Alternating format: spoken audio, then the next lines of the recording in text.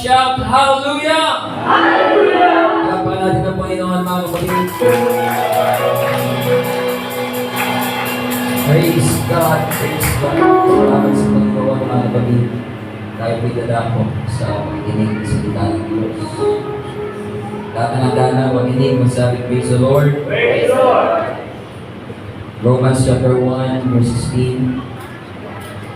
For I am not ashamed of the gospel of Christ, for it is the power of God unto salvation to every one that believeth, to the Jew first, and also to the Greek. Ito po ang pagkakasabi sa Tagalog. Roma 1:16.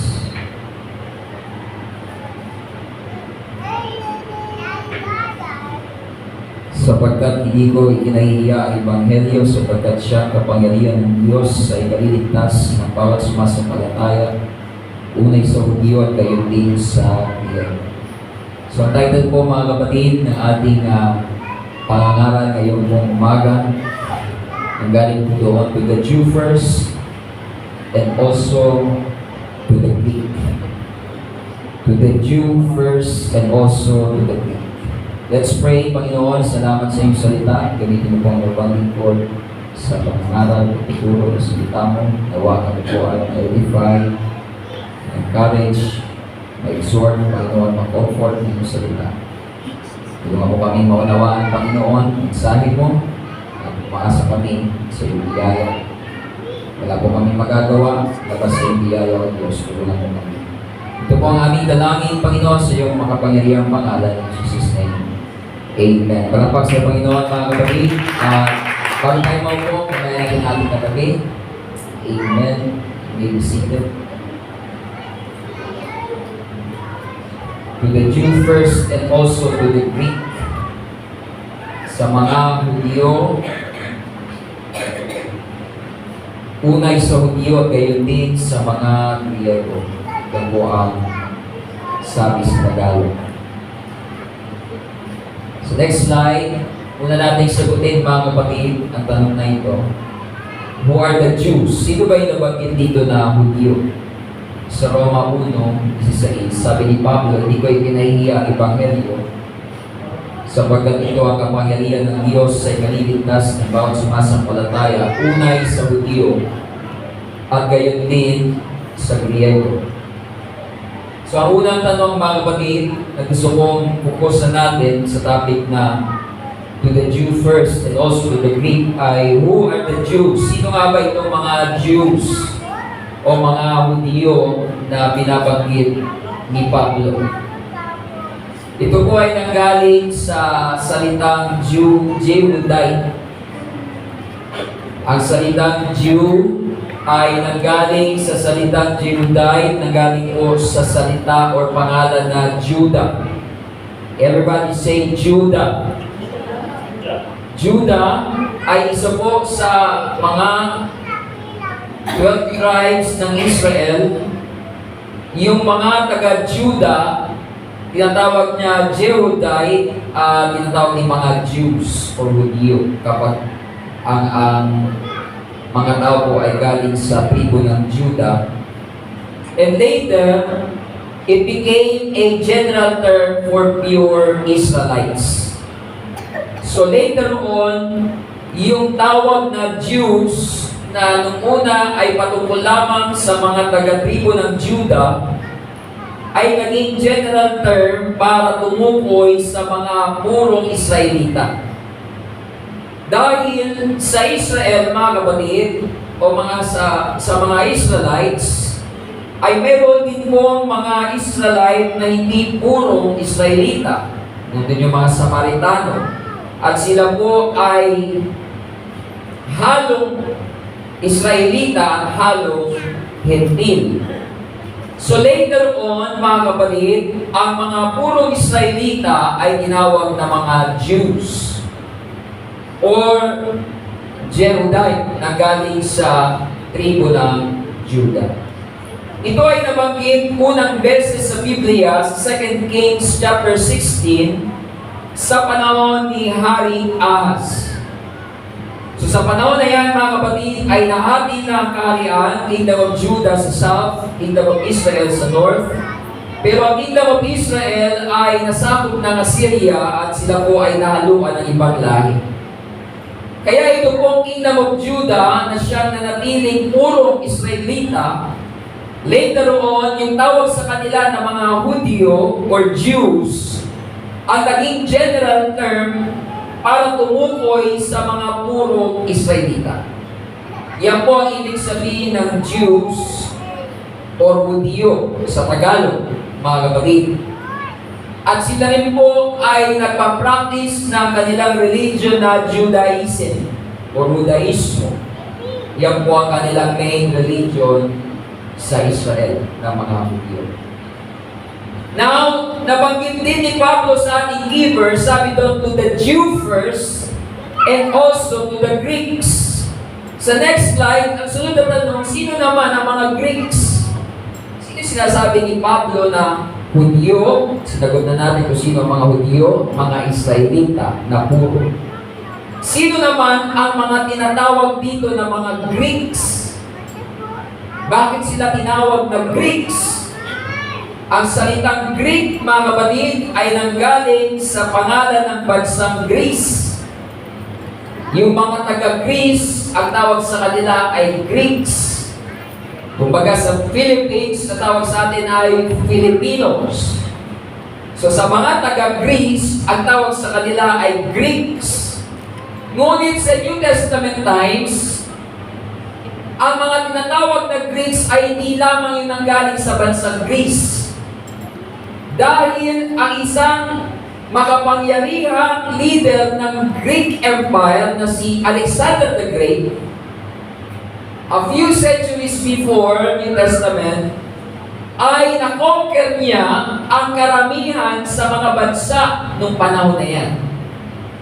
Dahil nakonquer ni Alexander the Great at very young age, sabi ng history ay around 33 years old. Si Alexander the Great nakonquer niya ang known world. Grabe si Alexander the Great.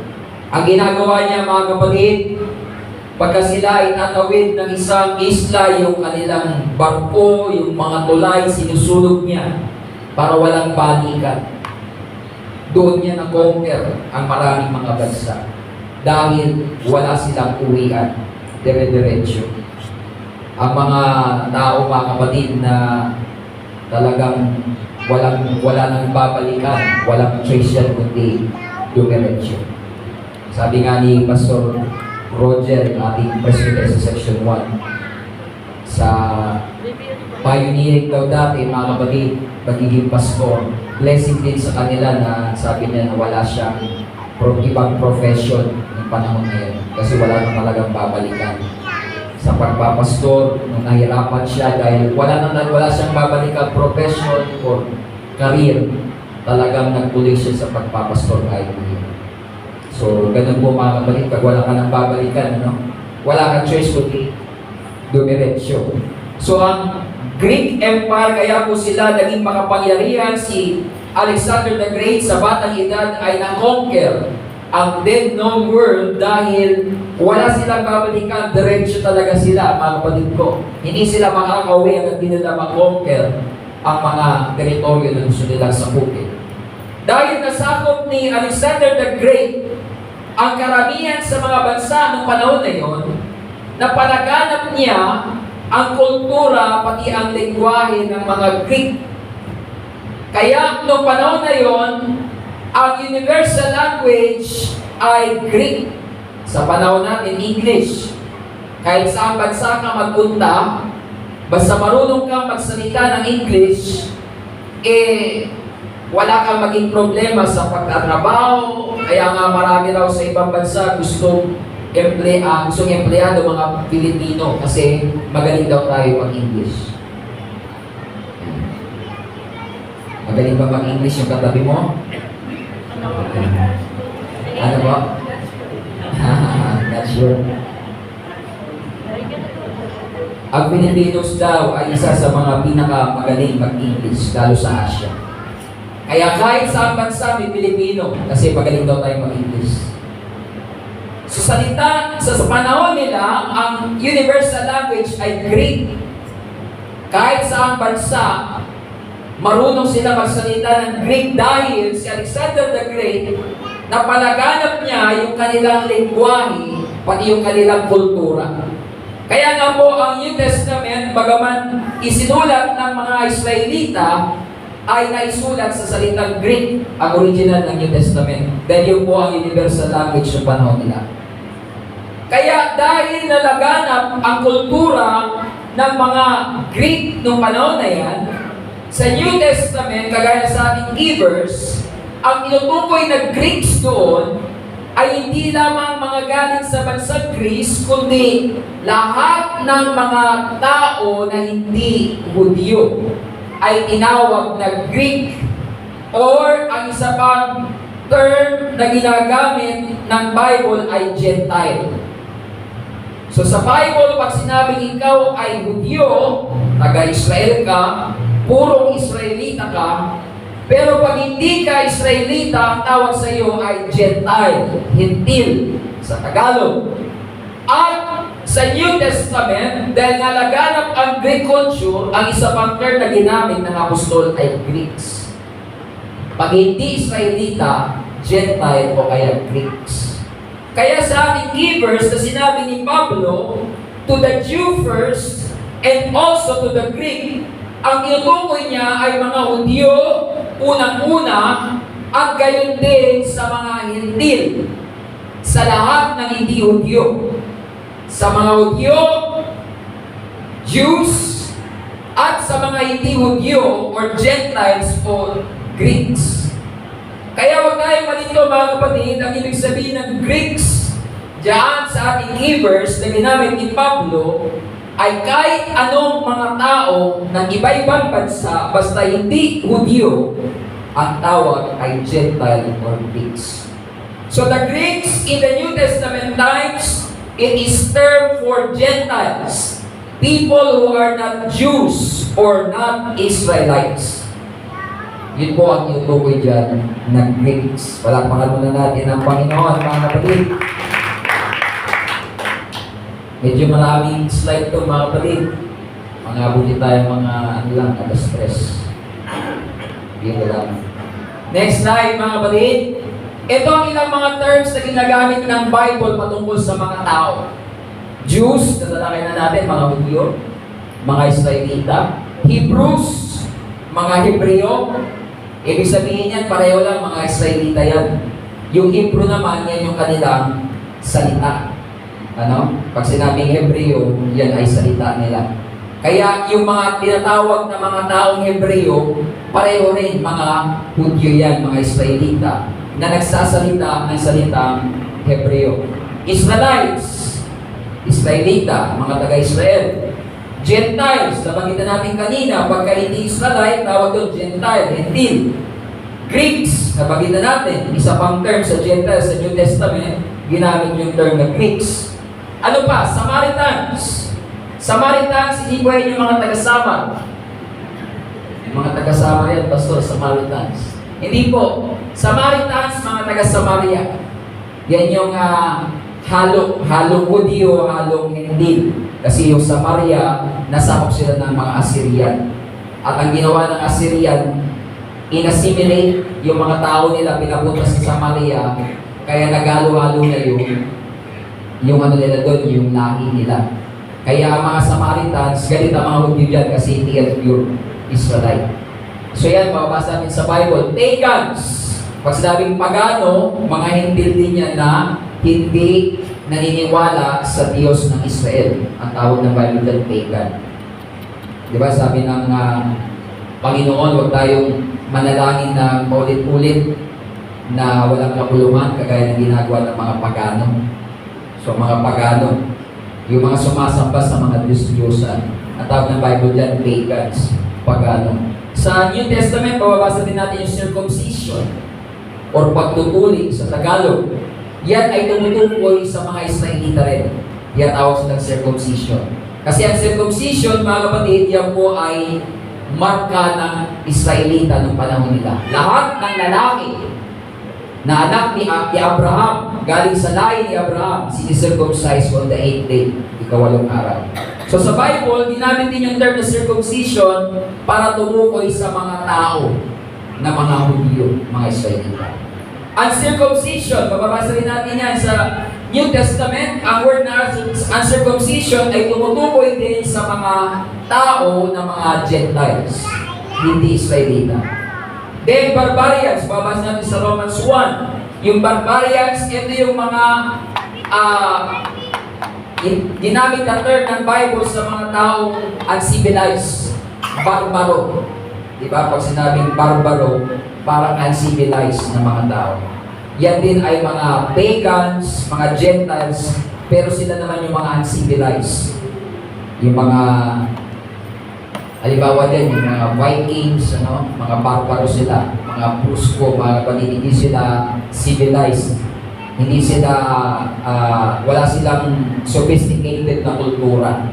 Yan. Kung nabubuhay na ang mga Pilipino noong panahon na yan, baka dyan tayo kasatin. Kasi yung mga Pilipino, hindi naman lahat, sa atin pala mayroong maharalikan, may kaharian na rin tayo noong panahon na yan.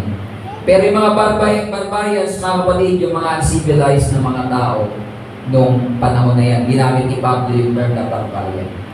Pero iba-iba man mga kapatid, ang tawag sa mga tao sa Bible, pero makikita natin na parang nahati lang sa dalawa, mga Israelita at hindi Israelita, Jews at Gentiles or Greek. Pero tandaan natin mga kapatid, iba-iba man ang lahi, ang lahat po ng tao ay nanggaling lamang sa isang pamilya at isang manlilikha. Can we say amen? Next slide, Ephesians 3 verse 15. Of whom the whole family in heaven and earth is named. Ang lahat daw po ng pamilya sa langit at lupa ay pinangalan sa Diyos, sa Panginoon. Sa Kanya kumukuha ng pangalan.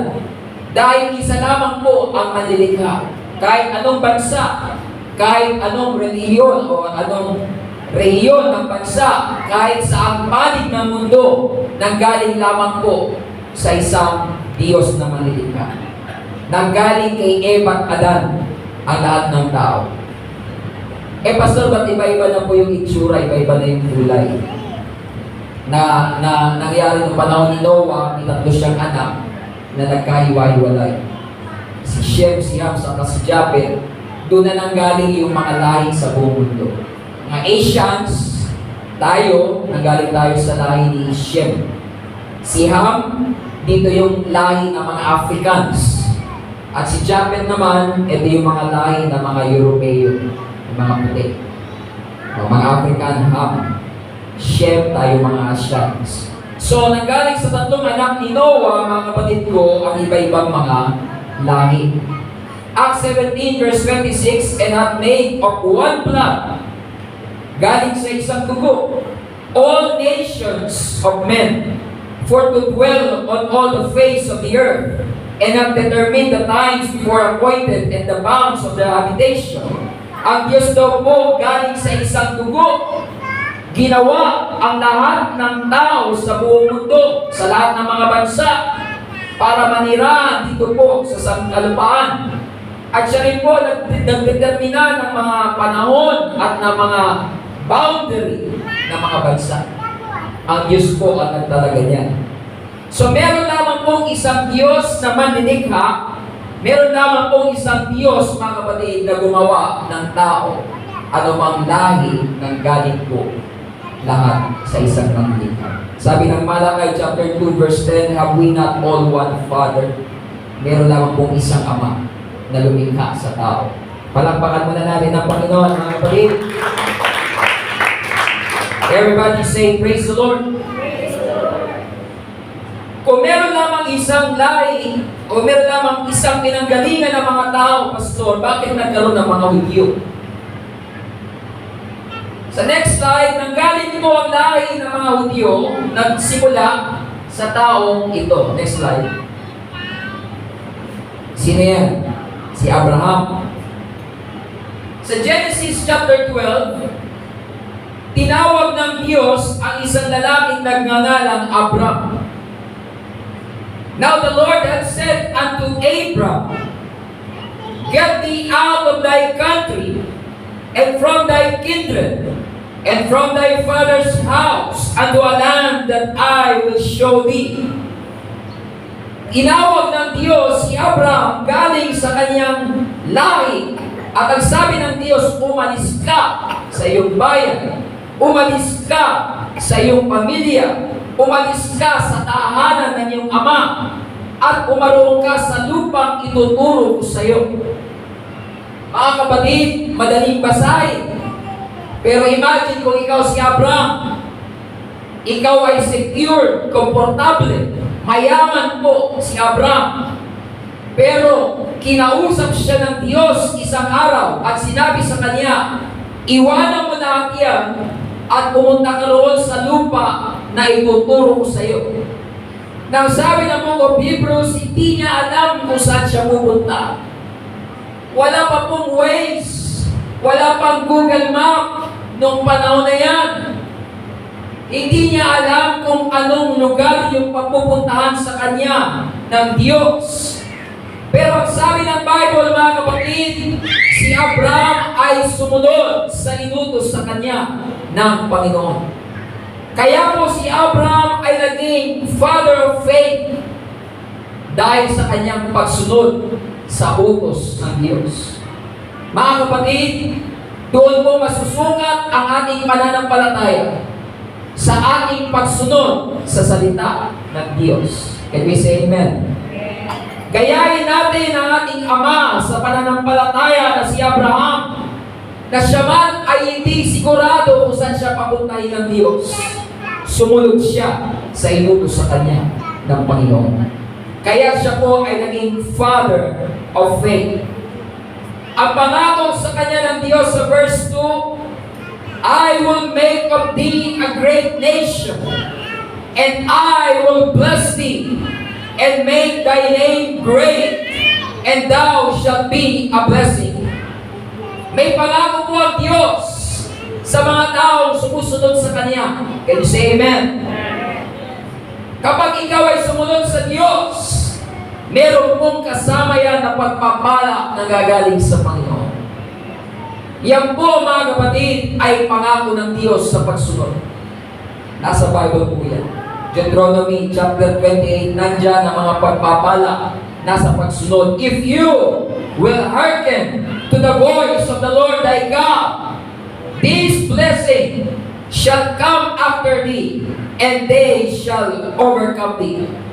Ang mga pagpapalang ito ay hahabulin ka, at ikaw ay palalampasan ng mga pagpapala. Kaya mga kapatid, ang susi po ng pagpapala ay nasa pagsunod sa salita ng Diyos. Can we say amen? Maging pasunurin tayo sa Panginoon, mga kapatid. Although may mga pagsubok, although may mga persecution, meron tayong mga trials, mga kapatid ko, pero may pangakong pagpapala ang Panginoon kapag tayo po'y masunod. Palakpakan natin ang Panginoon, mga kapatid. Sige, malakas sa palakpak sa Panginoon, di natin naniniwala. Just obey the Lord, there will be blessing, mga kapatid. Ang pangako ng Diyos kay Abraham, I will make you a great nation. I will bless you and make your name great. Kaya po ang tatlong malalaking, pinakamalaking reliyon sa buong mundo, tinuturing nilang ama ay si Abraham. Ang Budaismo, ang ama nila, si Abraham. Ang mga Muslim, ang ama nila, tinuturing si Abraham din. At tayo mga Kristiyano, tinuturing natin na ama sa pananampalataya si Abraham. Dahil ang pagpapala ng Diyos pinangako kay Abraham, he will be a great nation, he will make his name great, and he will be a blessing. And in verse 3, sabi diyan, I will bless them that bless thee, and curse him that curseth thee. And in thee shall all families of the earth be blessed. Ang pangako ng Diyos kay Abraham, mga kapatid, pagpapalain niya ang magpapala kay Abraham, at susumpain niya ang susumpa kay Abraham. At ang lahat ng pamilya sa buong mundo ay pagpapalain dahil sa kanya. So ito pong taong ito, mga kapatid ko, dahil sa kanyang pagsunod sa Diyos, nanggaling sa kanya, lumitaw ang isang dakilang bansa. After ni Abraham, sa next slide, ay ang kanyang anak na si Isaac. Pinangako ng Diyos na magiging dakilang bansa si Abraham, ngunit wala po siyang anak sa kanyang matandang edad. Nandiyan nagkaroon siya ng anak na si Ishmael, galing kay Hagar, na alipin ang kanyang asawa, pero yung pangako ng Diyos ay nandito po sa anak kay Sarah na si Isaac. Genesis 17 verse 19, "And God said, Sarah thy wife shall bear thee a son indeed, and thou shalt call his name Isaac, and I will establish my covenant with him for an everlasting covenant, and with his seed after him." So after ni Abraham, ang pangako ng Diyos ay naisalin sa kanyang anak na si Isaac. Then after ni Isaac, sa next slide ay si Jacob. Everybody say Jacob. Si Jacob, mga kapatid, ay anak ni Isaac. At nang siya ay na-encounter niya, mga kapatid, ang Diyos, binago ng Diyos ang kanyang pangalan at ginawang Israel. Genesis 32:28, He said, "Thy name shall be called no more Jacob, but Israel. For as a prince hast thou power with God and with men, and hast prevailed." Ito po si Jacob, pinalitan ng Diyos ang kanyang pangalan at tinawag siya Israel. Kaya ang bansang Israel ay nanggaling po dito kay Jacob at ang kanyang 12 anak na lalaki. Ang 12 tribo ng Israel. At ang Israel, mga kapatid, ay lumago, dumami, at sila sa gitna ng pagkaalipin sa Egypto ay pinarami ng Diyos. At nang sila, mga kapatid, ay dumami at naalipin sa Egypto, sila po ay pinalaya ng Diyos sa pamamagitan ni Moises. Yan po ang kwento ng Exodus. At nang sila ay pinalaya ng Diyos sa Egypt, sila po ay dinala sa Mount Sinai. At ito po ang pangako ng Diyos sa Israel sa Mount Sinai. Exodus 19 verse 5, verse 6. Nung nandun po sila sa Mount Sinai, nakita nila, mga kapatid, ang kidlat, ang apoy, ang makapal na maitim na usok or ulap na bumalot sa Mount Sinai, at sila po'y natakot sa Diyos. Ang sabi ng mga tao, "Moises, ikaw na lang makipag-usap sa Diyos. Natatakot kami sa Diyos." Ito ang pangako ng Diyos sa Israel, mga kapatid, as a nation.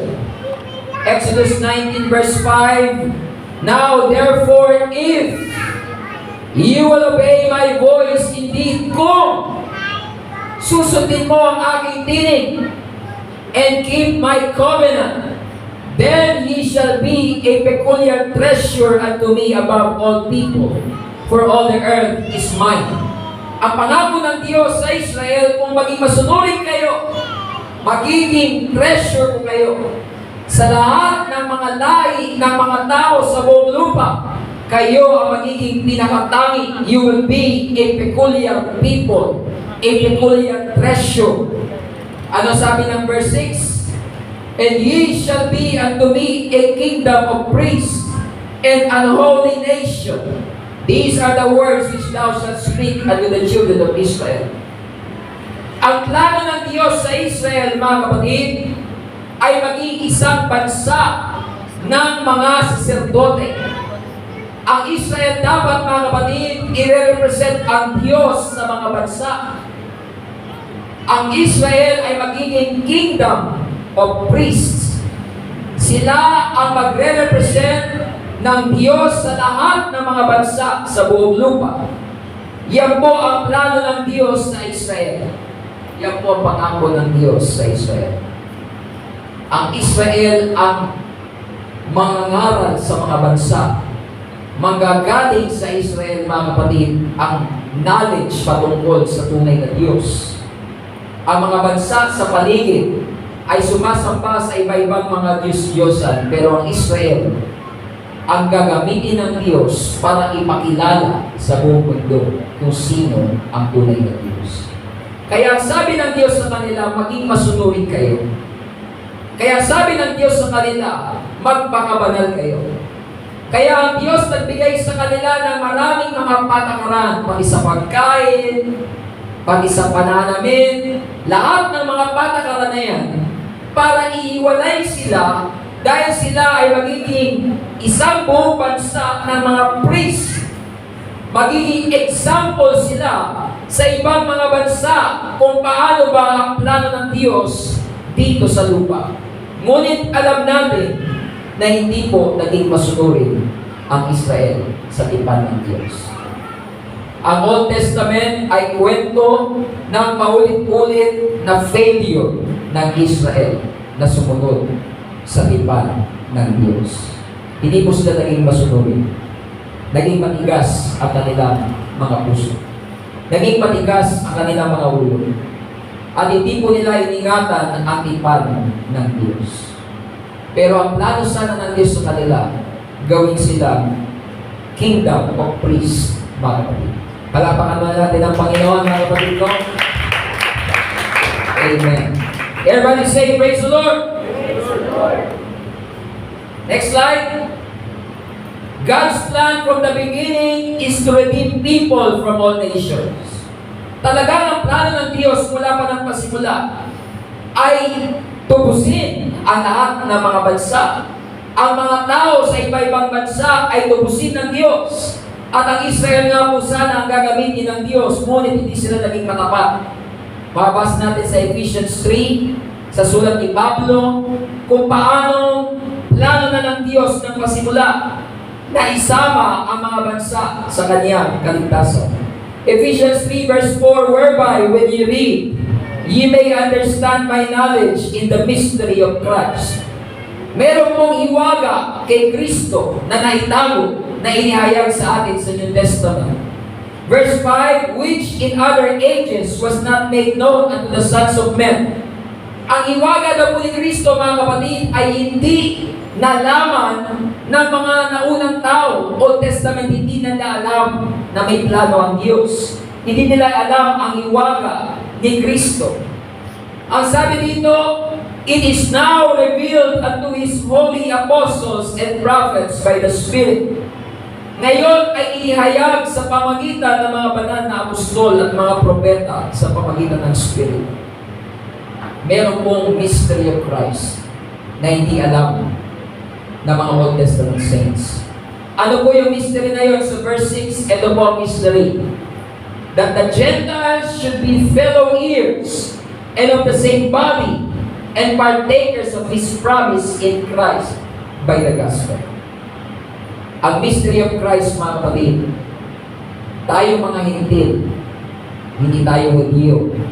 Pero sabi dito, we are fellow heirs. Ano sa Tagalog ng fellow heirs? Kasama tayo tagapagmana. Pero say amen? Plano talaga ng Diyos, isama tayo. Although sila, mga kapatid ko, ang pinili ng Diyos, ang Hudyo, ang Israel, pinili ng Diyos para maging kingdom of praise.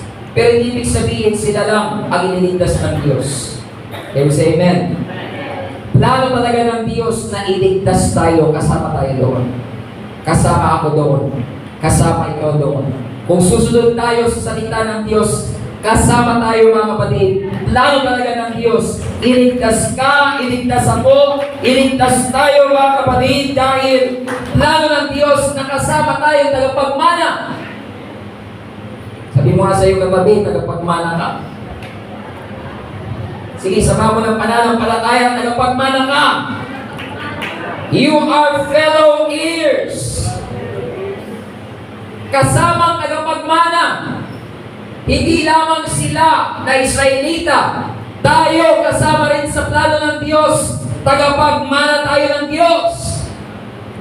Can we say amen? Amen.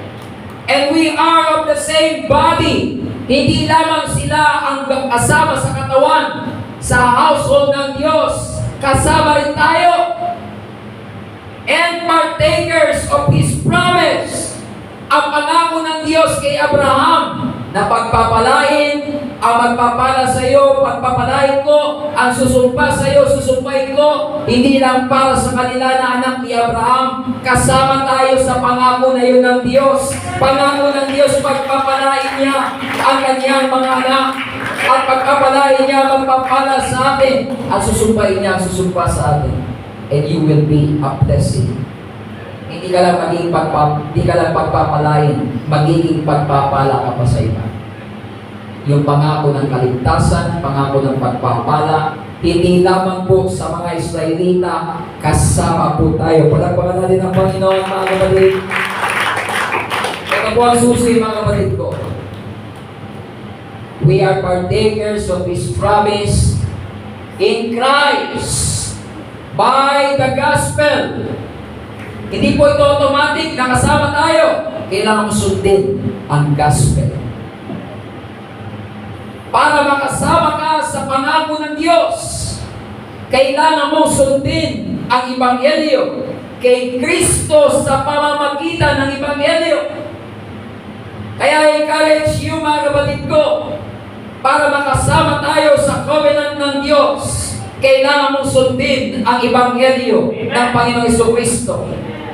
Hindi tayo nakasama sa covenant ng Diyos sa pamagitan ng magiging lahi ni Abraham. Hindi tayo lahi ni Abraham. Pero hindi ka man pinanganak na Israelita. Pero kung ikaw ay susunod sa Ebanghelyo ng Panginoong Jesucristo, mananampalataya sa Ebanghelyo ng Panginoon, at susunod sa Ebanghelyo, kasama ka sa tagapagmana ng pangako ng Diyos, mga kapatid. I encourage everyone, mga kapatid, that hears this message. Believe and obey the gospel. Wala pong ibang paraan para makasama sa new covenant. You have to believe the gospel. And what is the gospel? Death, burial, resurrection of Jesus Christ. Kamatayan, pagdilibing, pagkabuhay na maguli ng Panginoong Jesucristo. How can we obey that? Acts 2:38, repent, be baptized, every one of you, in the name of Jesus Christ for the remission of sins, and ye shall receive the gift of the Holy Ghost. Magsisi ng kasalanan, magpabautismo sa tubig sa pangalan ni Jesucristo, at tanggapin ang kaloob ng Espiritu Santo. Yan po ang pagsunod sa Ebanghelyo. Kung di ka pa nagsisi ng kasalanan, magsisi na ng kasalanan. Kung di ka pa nabautismohan sa tubig sa pangalan ni Jesus, magpabautismo ka na sa tubig sa pangalan ni Jesus. Kung di ka pa tumanggap ng banal na Espiritu, tanggapin mo na ang kaloob ng Espiritu, mga kapatid. There is no other way na matanggap ang New Covenant, maging kabahagi ng New Covenant, but in Christ, by the gospel. Palakpak sa Panginoon, mga kapatid ko. Hallelujah. Kasama po tayo. Ang susi ay pananampalataya at pagsunod sa Ebanghelyo. Hindi ito para sa mga Hudyo lang. Ang plano ng Diyos ng kaligtasan ay hindi po para sa mga Israelita lamang. Ito po ay to everyone who will believe the gospel. Amen. Kung mananampalataya ka sa Ebanghelyo, kasali ka dito, mga kapatid. Can we say amen? Amen. Then sa next slide, kung ganun pala, Pastor, ano ibig sabihin na sinabi ni Pablo to the Jews first and also to the Greek? Kung ito pala ay para sa lahat, bakit sinabi ni Pablo na ang kaligtasan ay para sa sino mang sasampalataya? Una ay sa Hudyo at gayon din sa mga Griego o sa mga Hintil. Hindi po ibig sabihin na sinabi doon na Jews first ay para sa kanila lamang ito at tayo ay pangalawa lamang. Hindi ibig sabihin ito na ang plano ng Diyos ay unang-una para sa kanila. Pero dahil tinanggihan nila, nakasama tayo.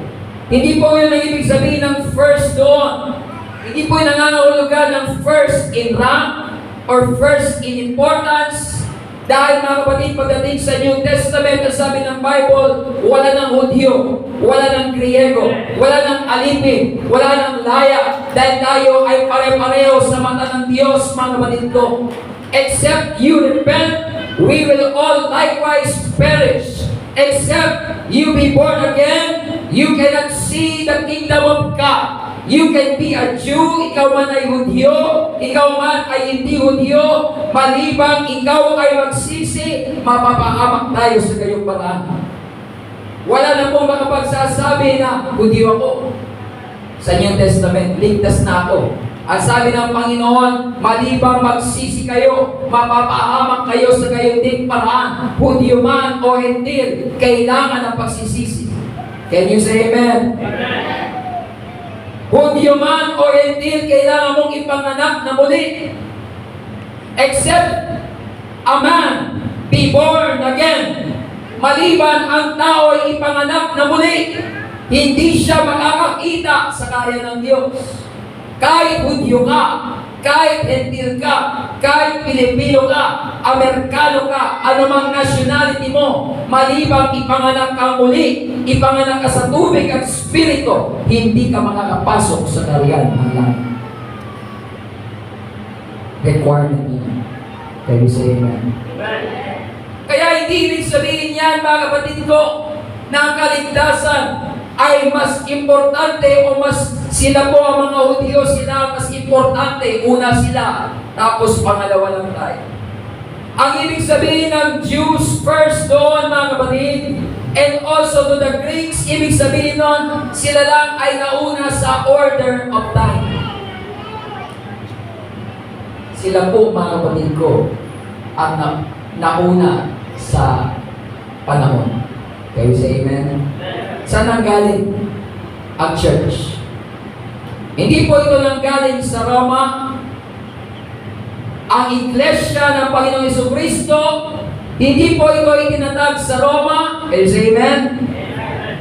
Hindi ito itinatag sa Pilipinas noong 1914.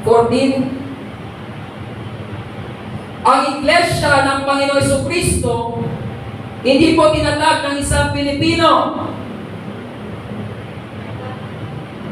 May nagsasabi kasi ang iglesia raw ng Panginoong Jesucristo tinatag ng isang Pilipino. Dapat di ka nakapasok sa iglesia na yun na tinatag ng isang Pilipino, hindi ka maliligtas. Hindi po yun totoo, mga kapatid ko. Hindi po ito tinatag sa Davao. Ang karya ng Diyos ay hindi po tinatag sa Davao, hindi po bumaba sa Davao, mga kapatid ko.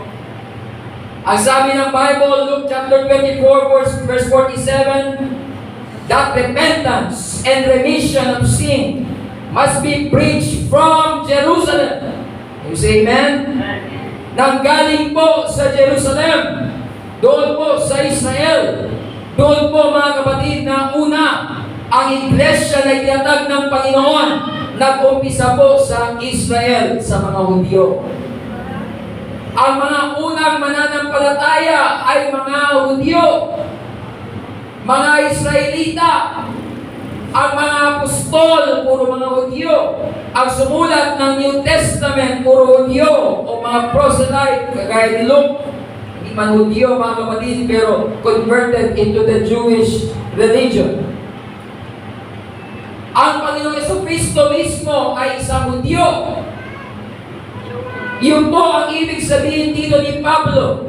Ang kaligtasan na una lamang, mga kapatid, na ibinigay sa kanila dahil doon nang galing ang Kristo. Pero hindi ibig sabihin na mas mahalaga ang mga Hudyo sa New Testament, mga kapatid. Pare-pareho lang tayo sa New Testament na kailangan sumampalataya sa Panginoon. Palakpakan natin ang Panginoon, mga kapatid. Para sa palakpak sa Panginoon, mga kapatid.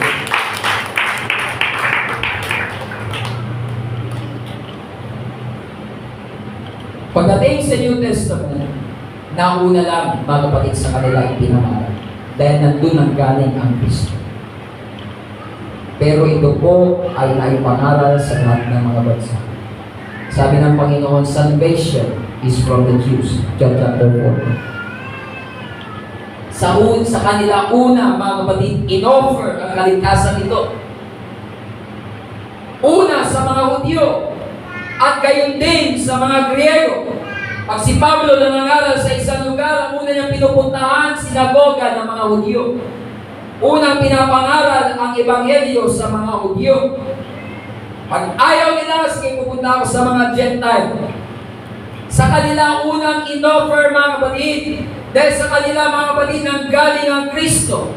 So sa next slide, Romans 9, verse 4 and 5, who are Israelites, to whom pertaineth the adoption, and the glory, and the covenants, and the giving of the law, and the service of God, and the promises. Nasa kanila po ang Old Testament, sa kanila binigay ang Ten Commandments, sa kanila binigay ang Old Covenant, sa kanila mga kapatid nang galing ang mga ama.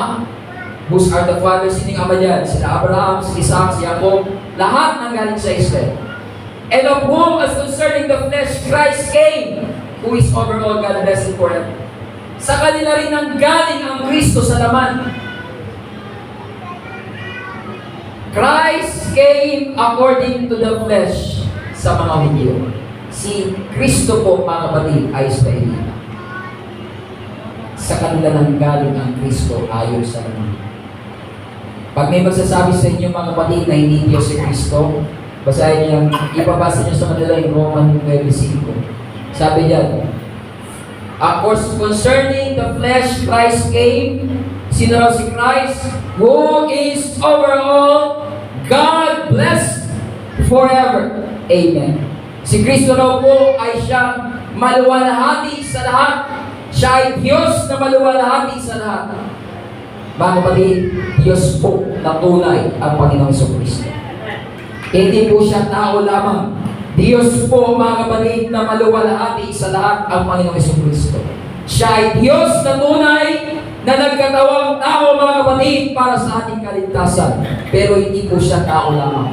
Siya po ay tunay na Diyos. Palakpakan natin ang Panginoon, mga kapatid. Romans 2:9-10, tribulation and anguish upon every soul of man that doeth evil, of the Jew first and also to the Gentile. Kung ikaw ay gagawa ng masama, Hudyo ka man o Gentil, ang ibig sabihin dyan ng also, sa original ay even to the Gentile. Kung paano sa Hudyo, ganun din sa Gentil. Ang Ebanghelyo, ang kaligtasan, kung paano sa Hudyo, gayon din sa Gentil.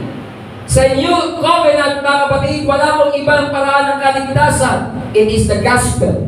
Hudyo ka man o Gentil, pareho. Kailangan nilang sumampalataya sa Ebanghelyo. Hindi po tayo automatic na maliligtas kung tayo ay Hudyo. Kinakailangan ang isang tao ay dumaan sa Ebanghelyo. Glory, honor, and peace to every man that worketh good, to the Jew first and also to the Gentile.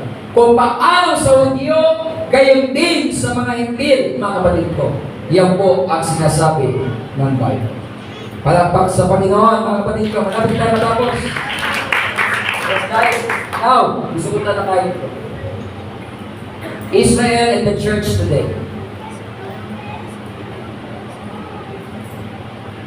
Ano ba ang pananaw natin sa Israel? Ano ang relasyon ng Israel sa kaming church? Yes, sa New Covenant, mga kapatid ko, meron ng church. Nandito na tayo. Ngayon, ano naman ang kinalaman natin sa Israel? Ang Israel ba nananatiling bayan ng Diyos?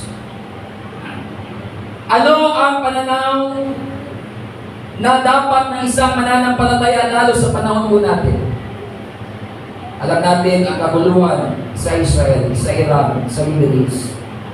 Ano ba ang tamang pananaw ng isang mananampalataya patungkol sa bansang Israel? Next slide. May dalawang view po patungkol sa relationship ng Israel at ng church. Ang una ay tinatawag na dispensational view. Sa dispensational view, naniniwala mga kapatid na ang Israel at ang church ay magkaiba. May ibang plano ang Diyos sa Israel, may ibang plano ang Diyos sa church. Hindi po sila magkapareho. May ibang plano ang Diyos para sa bayan ng Israel, sa literal na Israel, sa bansang Israel, sa mga tao sa Israel, at meron ding hiwalay na plano ang Diyos para sa church. Yan po ang dispensational view. Ang pangalawang view naman ay covenantal. Ang covenantal view, mga kapatid, nagsasabi na ang Israel sa Old Testament pinalitan na, at ang Israel sa New Testament ay ang church. So sa covenantal view, hindi po magkaiwalay Israel, church. Sa covenantal view, Israel sa Old Testament, pero dahil masuwayin sila, pinalitan na sila ng church sa New Testament. Tayo na ang spiritual Israel. Yan po ang dalawang magkaibang view. Sa sumunod na slide, ito po mga katanungan na po pwedeng pumasok dyan. Did the church replace Israel? Pinalitan na ba ng church ang Israel? Pangalawang tanong, has Israel now more place in God's plan? Wala na bang plano ang Diyos para sa bansang Israel?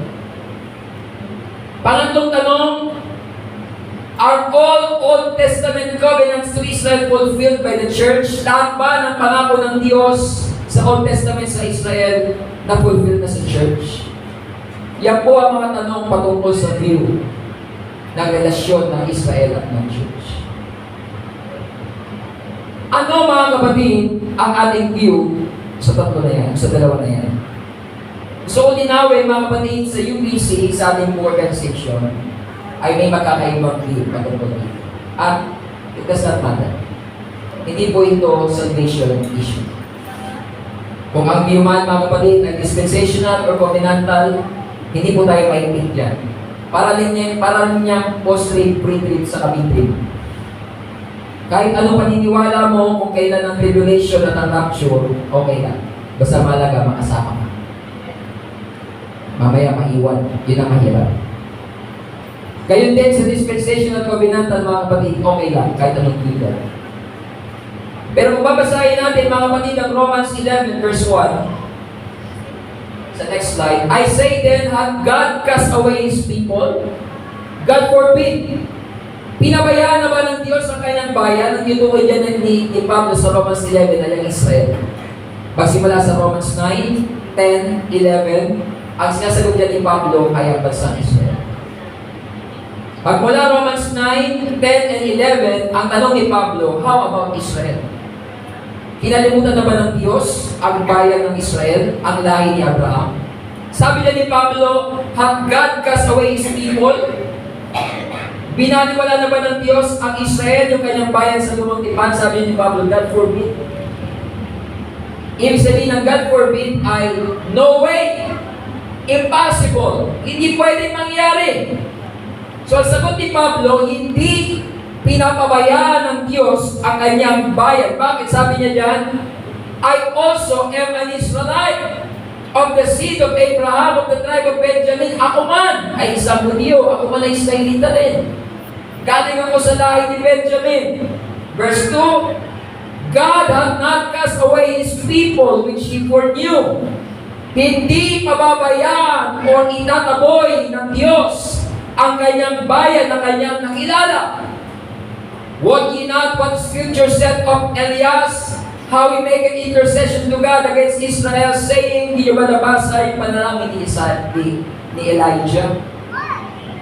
Nung si Elijah, mga kapatid, sabi niya sa Panginoon, Lord, kunin mo na ako.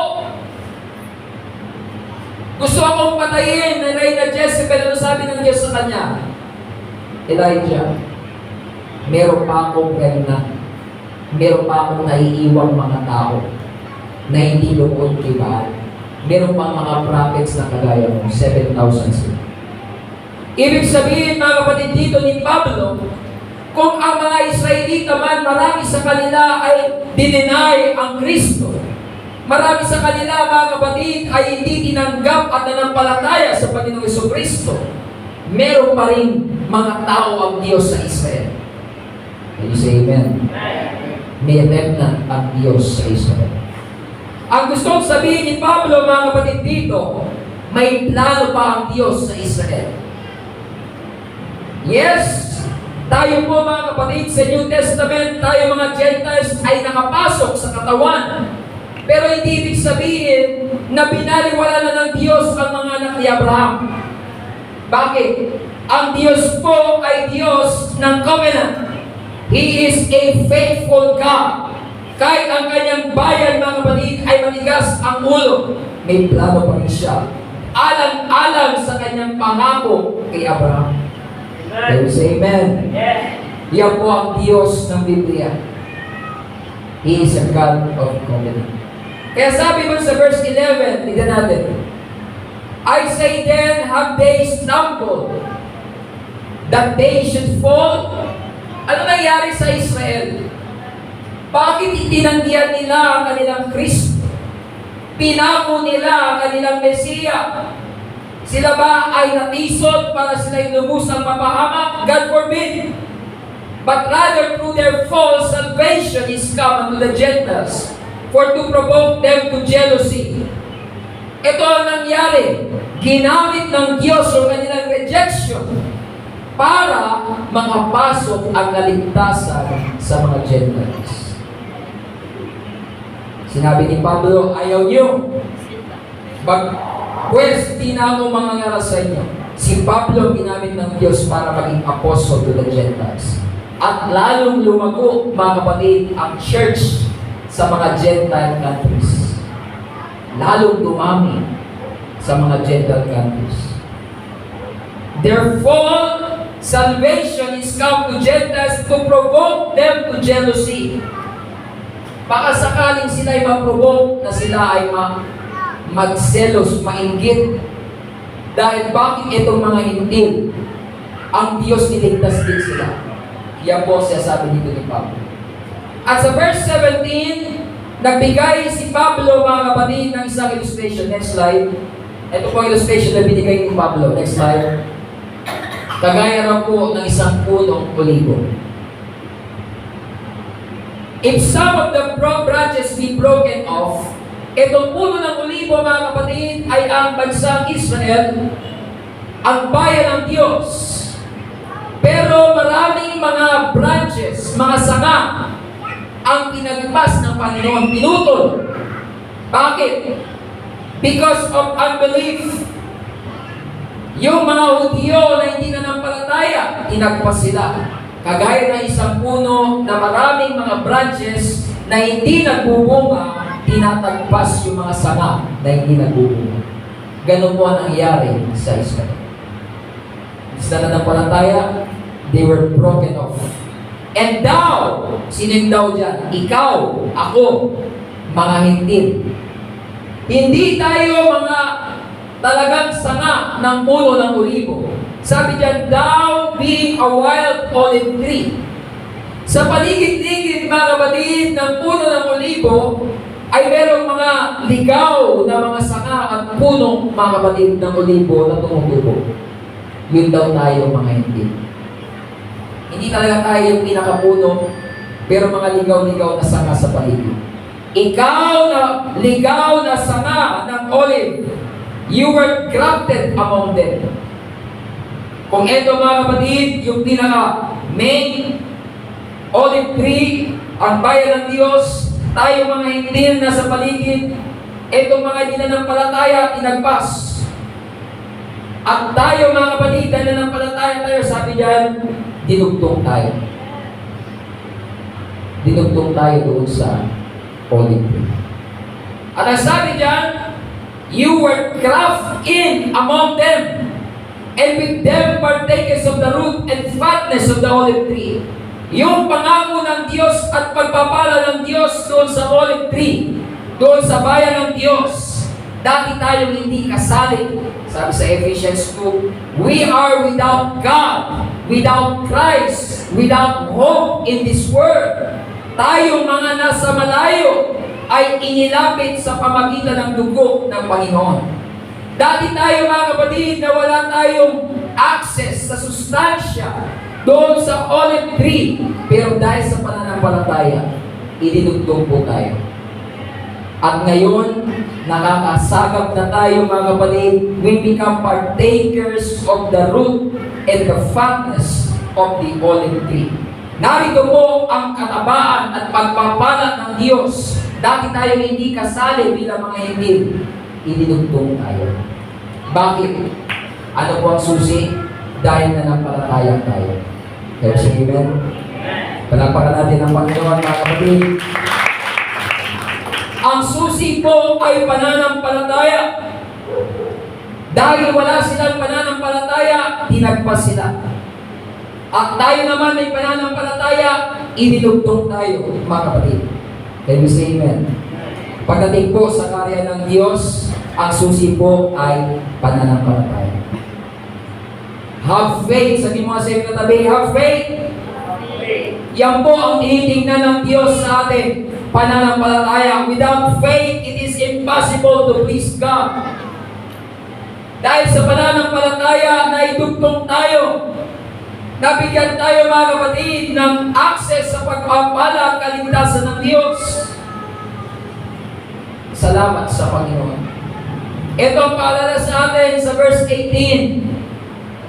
Boast not against the branches, but if thou boast, thou bearest not the root, but the root thee.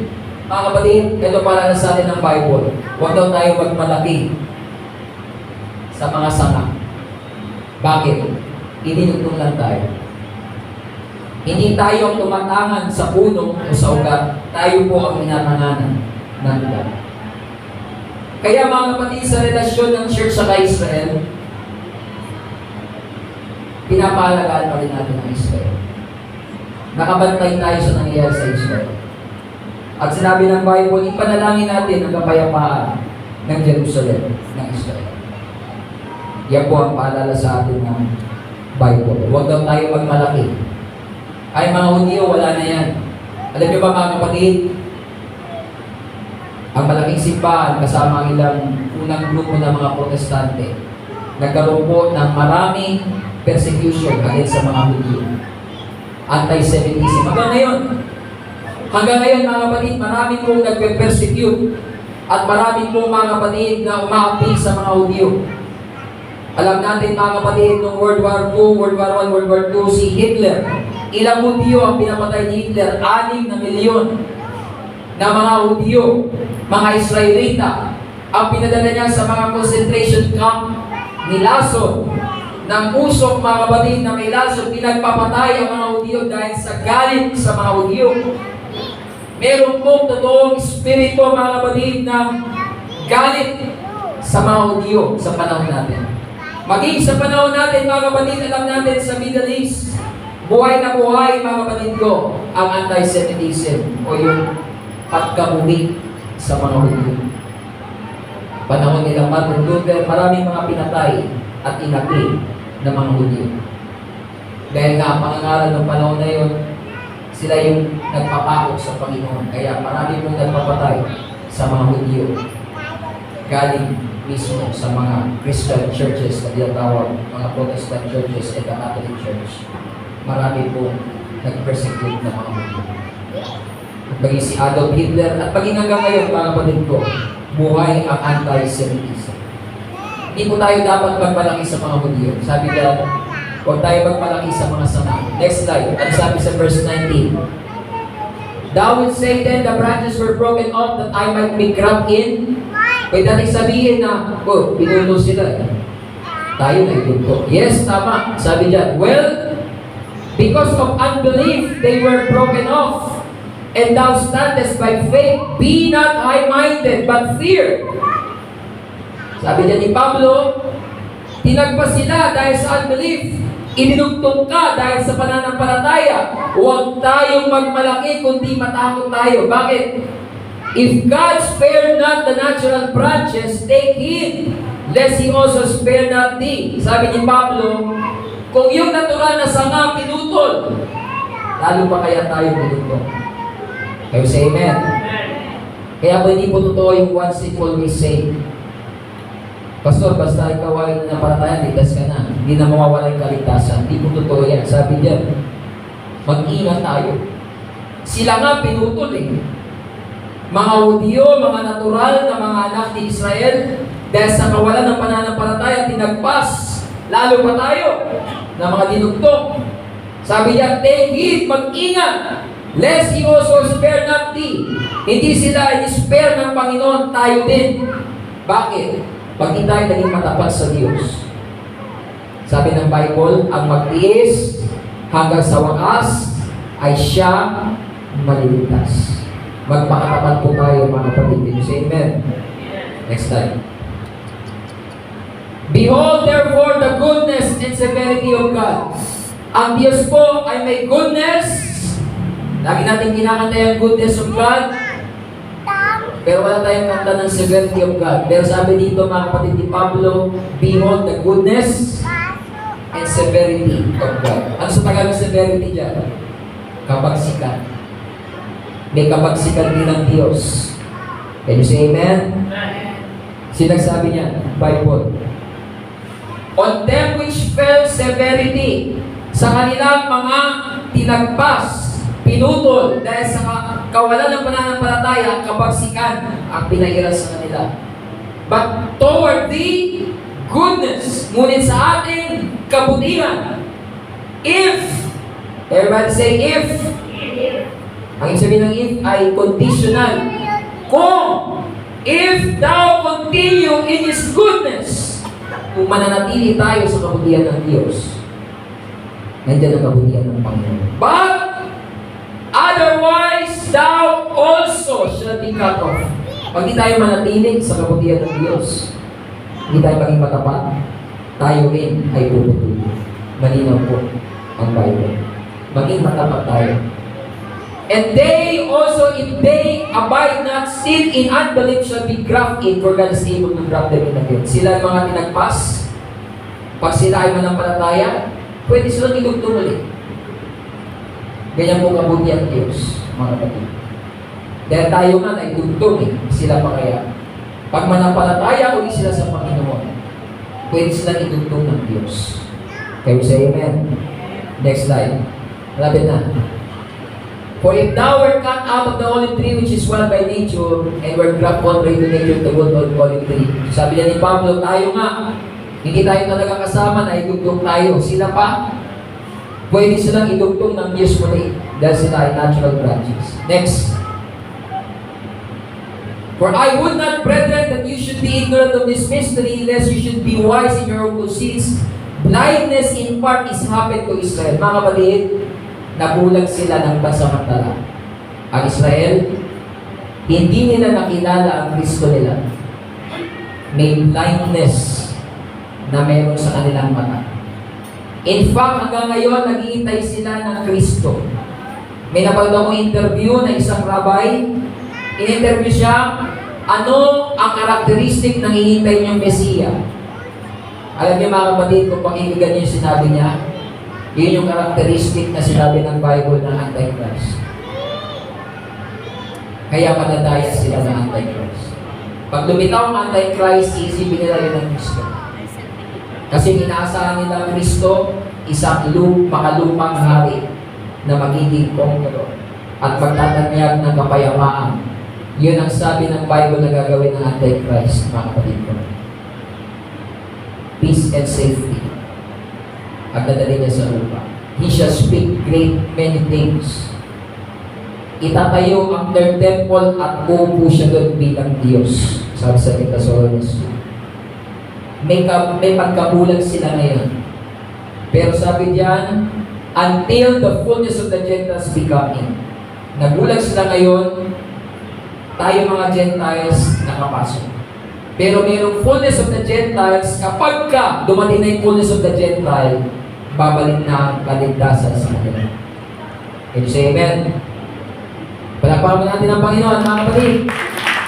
Lahat na nakikinig pa, sabing praise the Lord. Praise the Lord. Next slide. And so all Israel shall be saved. You see, after the fullness of the Gentile, ang kaligtasan babalik sa Israel. As it is written, there shall come out of Zion the deliverer, and shall turn away ungodliness from Jacob. This is my covenant unto them, when I shall take away your sin. Kapag ka, mga kapatid, tumawag sila sa Panginoon, magkakaroon ng tribulation, pupunta ng Jerusalem, bababa ang Panginoong Jesucristo sa Mount Olives at kikilalanin nila ang Panginoon. Ililigtas sila ng Panginoon. Yan ang mangyayari. May covenant pa ang Diyos sa kanila. Kaya mga kapatid, ang Israel, yes, sa New Testament, nakapasok tayo, pero may plano pa ang Diyos sa Israel. Kaya nakabantay tayo sa mga nangyayari sa Israel. Kagaya na bagay natin last week, ang prophetic clock nakaset po sa Israel, sa Jerusalem, sa mangyayari doon. Kaya next time, just a few slides mga kapatid. What about Israel today? Yung Israel ngayon, Pastor, a nation is tied to the following: territory, people, language. Are they still the people of Israel? Yes. Sila pa rin ay bayan ng Diyos. Israel pa rin sila. Nawala sila sa mapa, nabuo sila noong 1940, 1945, 46, at sila po ay naging state nation of Israel. At yan pa rin po yung lugar, although hindi pa yung buong sakop ng teritoryo na pinangakay Abraham, pero yan pa rin, same lugar ng Old Testament. It's the same territory, it's the same people, sila pa rin yan, mga Israelita. Language, they have the same language, mga Hebrew speaking people. Ang Israel na meron ngayon sa panahon natin, sila pa rin ang bayan ng Diyos. Yes, hindi sila perfect. Yes, hindi tama lahat ng ginagawa nila, pero sila pa rin ang bayan ng Israel, mga kapatid. At may plano pa rin sa kanila ang Diyos. Next. Alam natin nangyayari ngayon, mga kapatid, no? US-Israel versus Iran. Ang Iran, gumaganti. Ano ang ginagawa ng Iran na ginagantihan niya? Dalawa daw. Mga base militar ng US sa mga Gulf states sa Middle East. Yung mga base militar, inaatake. Pati yung mga, tatlo pala, base militar, pangalawa, energy source. Yung mga planta ng oil, ina-target. Pati yung Strait of, ano ba yun? Hormuz ba yun? Dinadaanan ng mga oil tanker. 20% ng oil sa buong mundo dumadaan doon, sinarado nila. Although hindi talaga literal na nakasara, bukas naman. Pero natatakot dumaan yung mga oil tanker dahil baka maging target ng Iran. 20% ng oil dumadaan doon ng buong mundo. Ang Japan, 80% ng oil nila nagagaling doon. Kaya sabi ng Japan, 8 months na masara yan, bagsak ekonomiya mo. Sa atin, ano balita? Next week, 20 pesos diesel. 90. Grabe. Ang gasoline, nabasa ko 10 to 20 pesos ang dalaga. So ngayon, nakita ko mga 60 plus magiging 80. Mataas na. Usually yan, Monday o Tuesday, ang pagana yan, papapalit ng presyo. Apektado tayo. Pag yung sabihin hindi tayo apektado, apektado tayo yan, mga kapatid ko. May mga nagsasabi, baka matalo ang US. Hindi na natin ko itong mangyayari. Kasi, yung drone nila, mga kapatid ko, yung isang drone ng Iran, nagkakalaga, mga kapatid, ng $100 yung iba. Meron silang totoong drone, $50,000 na may kasamang mga pegging drone na tagwa $100 each lang. Yung interceptor ng US, mga kapatid, yung isang interceptor, ang halaga ay $1 million yata. Para mapabagsak yung drone ng Iran, gumagastos ang US ng $1 million. Pag nagbintes, another missile, another interceptor. Kaya may chance daw, mga kapatid ko, na maubos ang US dahil ang laki ng ginagastos. Ang Iran, quantity. Ang dami niya na mga drone. Yung mga drone, mga kapatid ko, maliit lang yung halaga. Pero yung interceptor, million ang ginagastos ng US. Kaya ang labanan daw, attrition, matagalan. Kaya ang Israel talagang binubong, ang US talagang inano na lang Iran eh. Kasi gusto nilang matapos maubos. Kasi kung patagalan, marami pong mga nakatago underground ang Iran, mga kapatid ng mga drones. Kaya tingnan natin ang mangyayari mga kapatid sa panahon natin. Apektado tayo unang-una. Pangalawa, malaki po ang implication nito sa prophetic timeline ng Bible. Lastly, I think this is the last slide. Concerning the gospel, 2 slides two slides pa yan. Concerning the gospel, there are enemies for your sake. Yes, hinadlangan nila ang ebanghelyo, but as touching the election, they are beloved for the Father's sakes. Pero pagdating sa election, pagdating sa ating pagkapili, alang-alang sa mga ama, si Abraham, si Isaac, si Jacob, sila po mga kapatid ay beloved pa rin natin. Then sa kanila nanggaling ang mga fathers of faith. Sa kanila nanggaling ang Bible sa bansang Israel. Ginamit sila ng Diyos. At maging ang Kristo sa kanila nanggaling. Kaya yes, sa panahon ng mga apostol, maging hanggang ngayon, hinadlangan nila ang gospel. Pero alang-alang sa mga fathers of faith, they are still beloved of the church. Kaya lastly, ano ang reaction natin sa today's war? Ano ang dapat maging reaction ng mananampalataya sa nangyayaring giyera ngayon sa Israel at Iran? Number one, tandaan natin, we are called to be peacemakers. Hindi natin gusto magkaroon ng giyera. Although mangyayari yan, mga kapatid ko, pero hindi tayo natutuwa na may digmaan at may mga namamatay.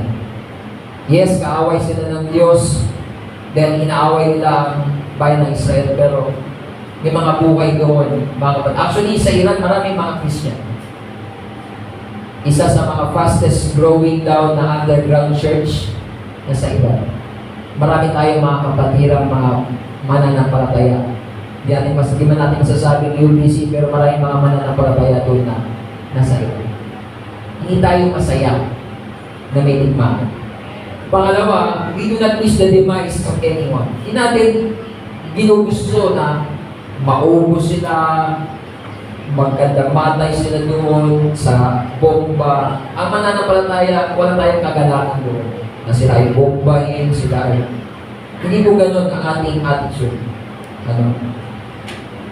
Pangatlo, we pray for the salvation of souls regardless of nationality. Bilang mananampalataya, inutusan tayo na may pangalan ng ebanghelyo sa lahat ng bansa, kahit Iranian, kahit Middle East, anumang nationality, mga kapatid, we still pray and long for their salvation. Hindi porket nandoon sa bansa na yung kaaway yan. Hindi maliligtas yan. Hindi, mga kapatid.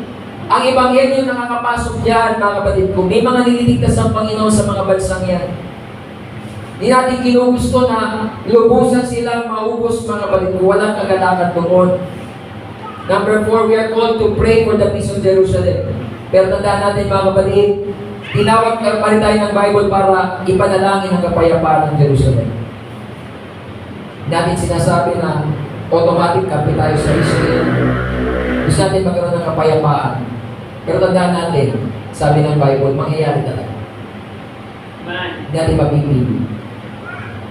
Magkakaroon ng digmaan. We are not called automatically na kumampi sa Israel. Pero nakabantay tayo sa mga nangyayari. At nananalangin tayo, mga kapatid, na pag-iingat ng Panginoon. Sa Israel, meron tayong estudyante ngayon doon na pastora sa Bible School. Pastora Maria Paz Guzman. Isang buong congregation, mag-asawa sila, anak nila doon, nagpapastor sa Jerusalem. At nung nagkaroon ng demand last week, talagang nagpanik sila, natakot sila. Sila po ay pinapunta sa mga bomb shelter. Humingi ng panalangin para sa kaligtasan nila doon, mga kapatid. Dahil grabe po ang atake doon. Ngayon, mga kapatid, yung ibang mga missile, mga drone, hindi na na-intercept ng Iron Dome. May ilang mga bagong missile daw ang Iran ngayon na pag pumasok, mga kapatid, biglang kumakalat, dumadami. Hindi lang na-intercept ng Iron Dome sa quantity dahil sa dami, mga kapatid. May mga kapatiran tayo sa Bahrain, may mga kapatiran tayo sa Saudi Arabia, sa Sternisha, sa Sternisha, Kuwait. Sila po ay kinakabahan dito dahil ang Iran inatake ang mga Gulf countries.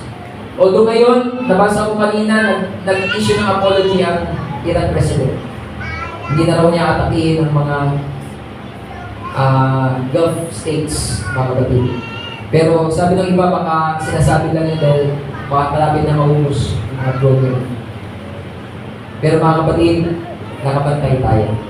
At pinapanalangin natin ang kapayapaan sa Jerusalem. Pero mangyayari talaga, atin maaaring mag-giveaway ito para matayo ang third temple.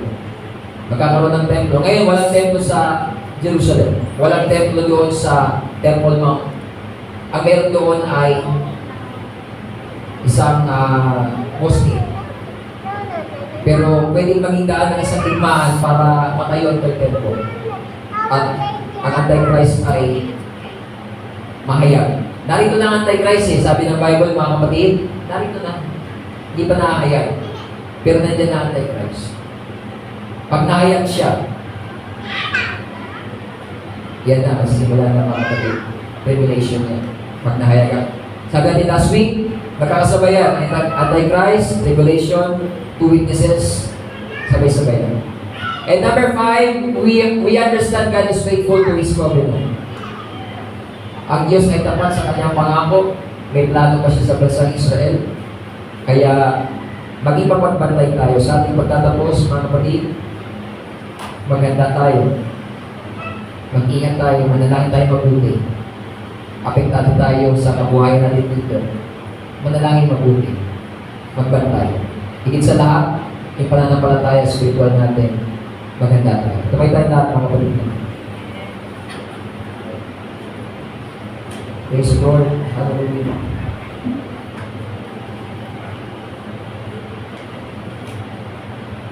Nawa, meron tayo natutunan sa ating pinag-aralan ng hapon.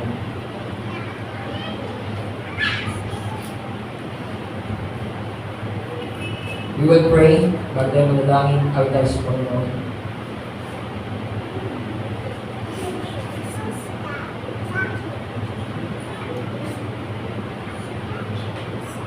I encourage everyone sa ating pagtatapos, magulay-gulayan natin ang ating mga napakinggan. Ito mapupulot natin, mga kapatid. Number 1, binigyan tayo ng dakilang kaligtasan. Kasama sa plano ng Diyos mula sa pasimula ng sanlibutan na iligtas ka. Iligtas ako. Iligtas tayo. Pinlano niya na. Hindi po aksidente na tayo nakakilala sa Diyos. It is already planned by God. Salvation is already planned by God from the beginning. Salamat sa Diyos sa kaligtasan. Kaya tanong sa atin sa Hebrews chapter 2 verse 3, how can we escape if we neglect this so great salvation? Paano tayo makakatakas? Kung pababayaan natin ang dakilang kaligtasan na ito, kapatid, panghawakan mo ang kaligtasan. Sabi ni Pablo kay Timothy, hold on to the salvation that you have professed by good profession before many witnesses. Huwag mo hayaan that any man will spoil you of your reward. Huwag natin hayaan ma-disqualify pa tayo sa kaligtasan ito. Hindi mo basta-basta ang kaligtasan. I encourage everyone, magtapat tayo sa Panginoon. Ako, ikaw, tayong lahat ang nakakalam ng estado ng relasyon natin sa Diyos. Ikaw at ako nakakalam kung matapat tayo sa Kanya. Ikaw, ako nakakalam kung tayo masunurin sa Kanyang salita kahit walang makakakita.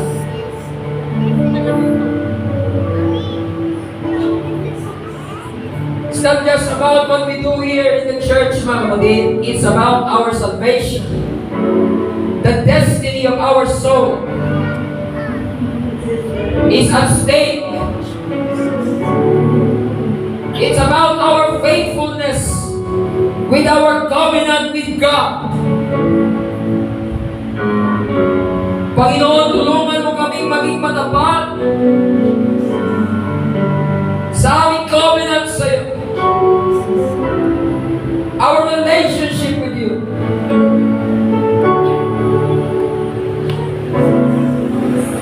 Dahil kung malapit na magbabalik ang Panginoon, mga kapatid, at malapit na talaga magbalik ang Panginoon,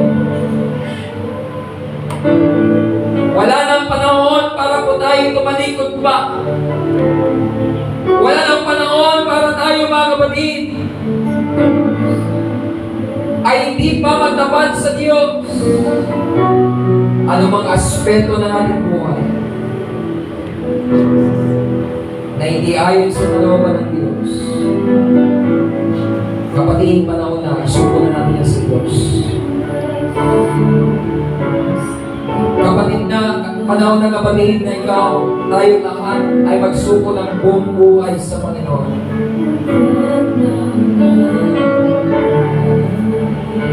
Di bali na,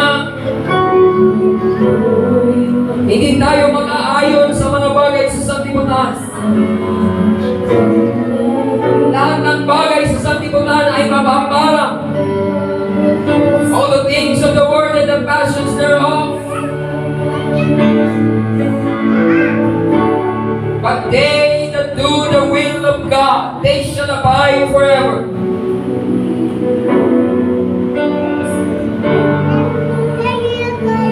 Kapatid, matapat tayo sa Panginoon. Sumunod tayo sa Panginoon. Maglingkod tayo sa Panginoon. Yamang binigyan tayo ng Panginoon ng dakilang kaligtasan ito. Ingatan natin. At pangatapat na tayo.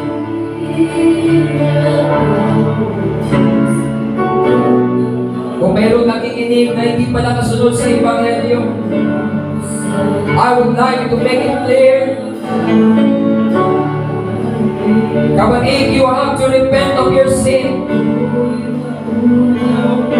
Kung hindi ka pa nabautismuhan sa tubig sa pangalan ni Jesus, I encourage you, talk to a pastor and be baptized in water in Jesus' name. If you have not received the Spirit, you need to receive the Holy Spirit baptism.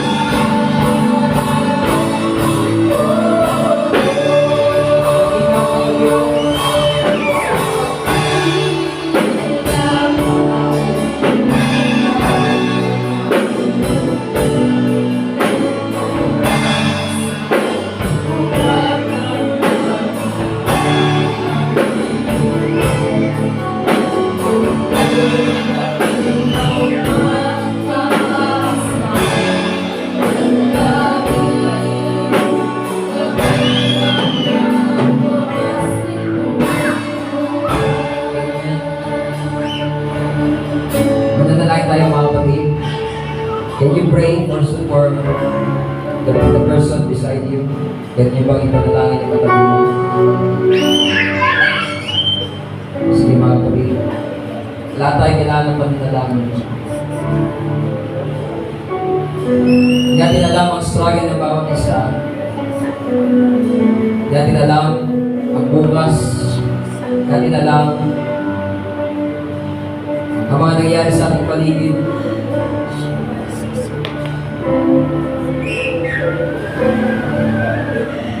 Ayaw natin na isamahan sa ating mga kapatid ay mapapaamos, maninigaw, mawawala. Can you pray for the person beside you? Lord, tulungan mo po ang aking kapatid. Tulungan mo kami na kami mananatili na lilingkod sa iyo. May mga pagsubok, may mga struggle, may mga trials, may mga pagdadaanan ang mga mananampalataya. At hindi po namin kaya magtiwala sa aming sariling lakas. It's very dangerous na maging kampante sa aming sariling kalakasan, Panginoon. Kaya, O Diyos, we ask for your grace to cover us, Lord. Whatever happens, God, tulungan mo kami maging matatag sa aming pananampalataya. Dalaan man sa mga pagsusubok, dalaan man kami sa gitna ng apoy. Mga sinabi sa Biblia na mga mangyayari sa huling araw, kung saan man lalawig ang pag-ibig na marami. Oh Lord, we pray! Tulungan mo kami, Panginoon!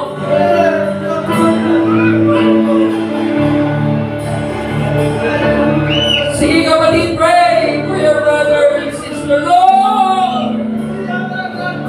Help us, O God!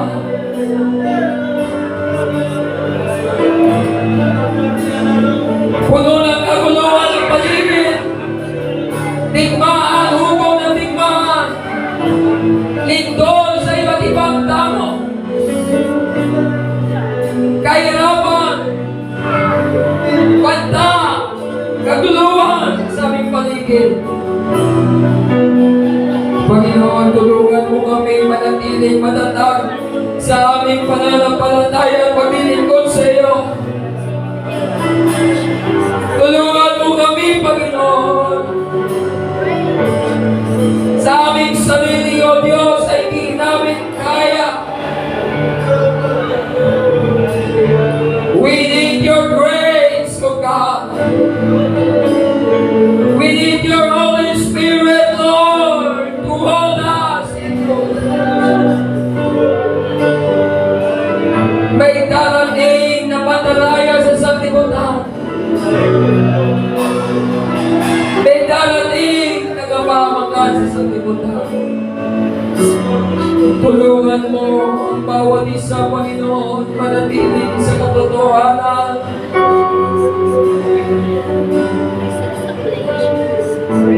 Hindi kami nawa matinag sa aming pananampalataya. In the name of Jesus Christ.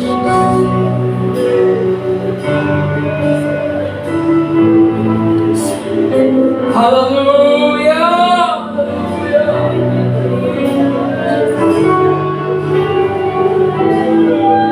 Palakasin mo pananampalataya namin, Panginoon. Puno na ng takot, pag-alala, pangamba ang sanglibutan sa mga nangyayari. Ngunit ang iyong mga tao, Diyos, gawin mo kaming malakas sa pananampalataya. For you said the people who know their God, they shall be strong and ang Diyos, magiging malakas sila. They that wait upon the Lord shall renew their strength. They shall mount up with wings as eagles. They shall run and they shall not faint. They shall walk and they shall not be weary. Ingatan mo aming pamilya, Panginoon. Ingatan mo, Panginoon, ang bawat miyembro ng church na ito. Iataas namin sa iyo ang bawat kapatiran,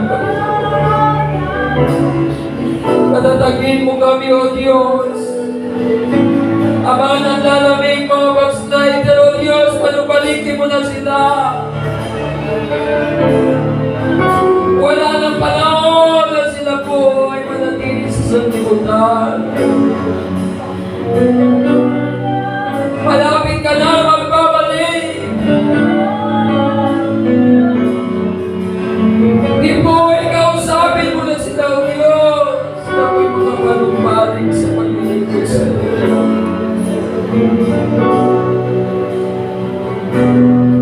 Tulungan mo kami, O Diyos. Hallelujah.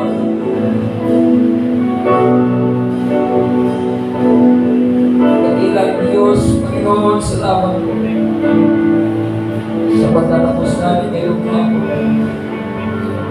Bilangin po namin, Panginoon, ang pag-iingat mo at gabay, wisdom na nanggagaling sa iyo, ibigay mo sa iyong mga anak.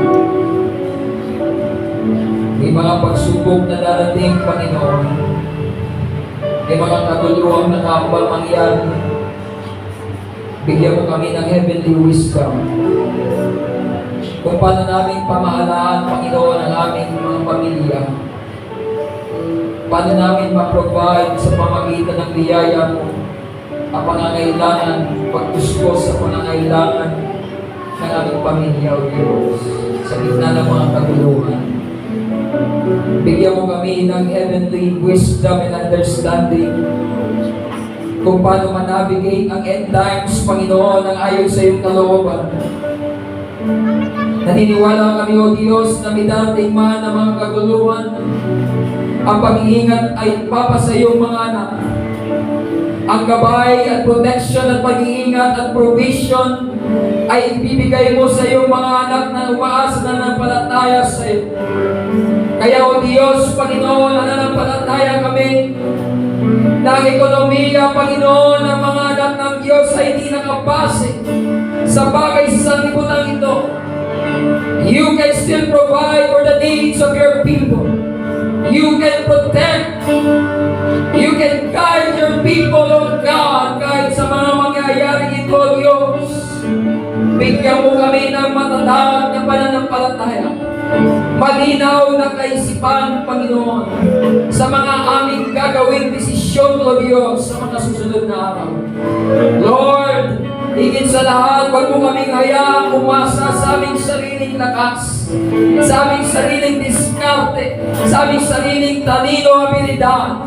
Tulungan mo kaming umasa palagi sa iyong biyaya upang kami, Panginoon, ay manatili, O Diyos, sa iyong kalooban. Huwag nawa kaming malayo, Panginoon, sa iyong malapit na pagbabalik. Tulungan mo kaming manatili na naglilingkod sa iyo. Maraming salamat, tinataas namin sa iyo, mga kapatid, at pag-iwala rin. Ingatan mo po sila, pagpalain, paalalahanan. Lord, ingatan mo kami sa aming pag-uwi, pag-iwala. Maraming salamat sa iyo kung pangalan na ibigay namin ang lahat ng kaluwalhatian. Ito po ang aming dalangin sa iyo, mga pangyarihang pangalan. In Jesus' mighty name we pray. Amen. Malapanan ng Panginoon, mga kapatid.